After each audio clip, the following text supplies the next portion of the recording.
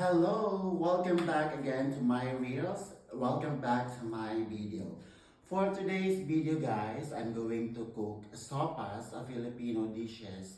One of the most popular Filipino dishes. We cook it especially when it's cold season, rainy season, and whatsoever. So this dish is like very delicious, creamy, and healthy.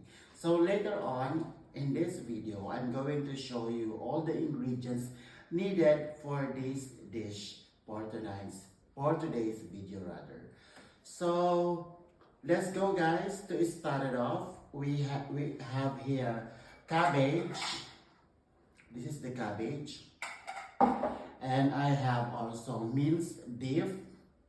So like half kilo minced beef. So we bought it from the supermarket and so I thawed it. So it's thawed na siya. It's ready to saute na. And I also have here prepared garlic, onion, and the carrots. So to saute, I will just use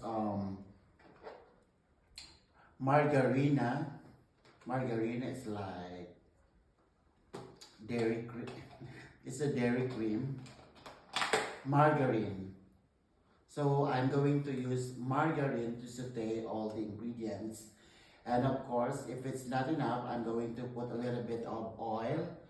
And I have here also salt and black pepper. And I also have here condensed, no, it's evap milk. It's milk. It's evaporated milk to make the soup creamy and delicious. So, right now, I'm going to heat the pot. Painitin ko na yung pot para magsusutay na ako guys.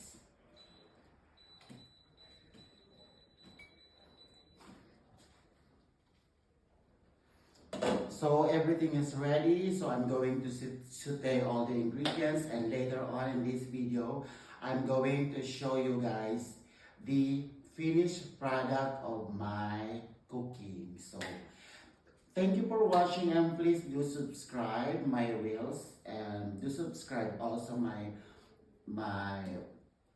YouTube channel, Barberong Becky. Thank you for watching guys, and please do comment down below yung mga gusto nyong sabihin, mga gusto nyo i-comment nyo na. So, yun. Thank you for watching. Bye!